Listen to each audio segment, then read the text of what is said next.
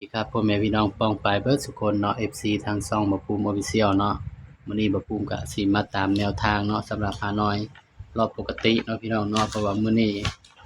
บ่ภูมิให้เป็นน้อยรวมเนาะพี่น้องเนาะสำหรับฮานอยเนาะมื้อนี้เป็นน้อยรวม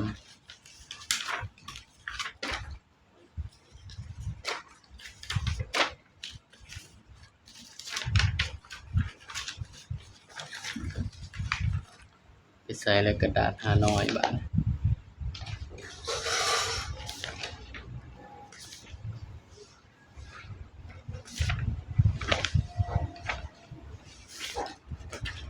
นี่เนาะเพราะว่ามื้อนี้บ่ภูมิให้เป็นน้อยรวมเนาะพี่น้องเนาะ901 9นี่มาอยู่พี่น้องนี่มาตั้งแต่รอบปกติเลยเนาะ9นี่พี่น้องนี่นะเนาะ9นี่มาแต่รอบปกติเลยเนาะ9กับ0นี่พี่น้องเนาะมันก็มาออกน้อยปกติเนาะพี่น้องเนาะนี่7557เนาะนี่ก็มาที่ตัวกลับเนาะพี่น้องเนาะสำหรับชุดวิน3น้อยเนาะนี่ก็เข้าที่75เด้อพี่น้องเด้อในชุดวินเนาะนี่ก็มาตามกันต่อเนาะสำหรับน้อยรอบปกติเนาะพี่น้องเนาะมันออก235เนาะออก235พี่น้องบ่ภูมิให้หยัง234ออก235พี่น้องเอ้ยเกือบแตก3โตเนาะพี่น้องเนาะนี่สำหรับฮานอยปกติเนาะนี่เกือบแตก3โตพี่น้องชุดวินก็มาแต่7557เนาะมาตัวกลับเนาะพี่น้องเนาะนี่ไปกันต่อเนาะ12มีนาคมเด้อพี่น้องบัดนี้2มีนาคม68เนาะพี่น้อง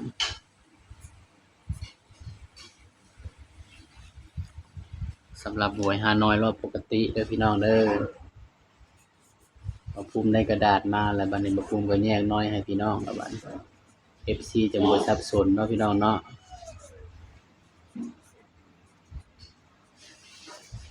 นี่บ่ภูมิก็แยกน้อยให้แล้วพี่น้องบัดนี้ซื้อน้อยปกติก็ซื้อน้อยปกติไปเลยเนาะพี่น้อง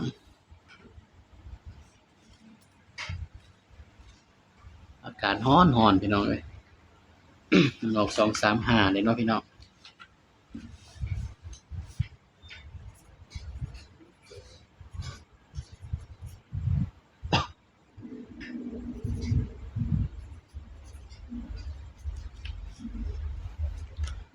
สำหรับรอบน้อยปกติเนาะพี่น้องเนาะสำหรับตัวเด่นก็บนล่างคือเก่าเด้อพี่น้องเด้อ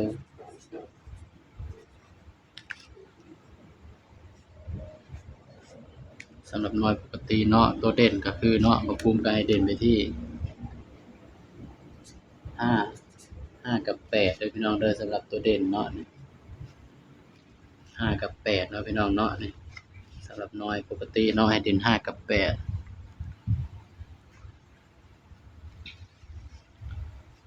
มาจับคู่นำบ่ภูมิเด้อพี่น้องบัดนี้ภูมิก็สิจับคู่ให้แค่3คู่เด้อพี่น้องเด้อนี่มาคือมาเนาะบ่มาคือบ่มาพี่น้อง52 53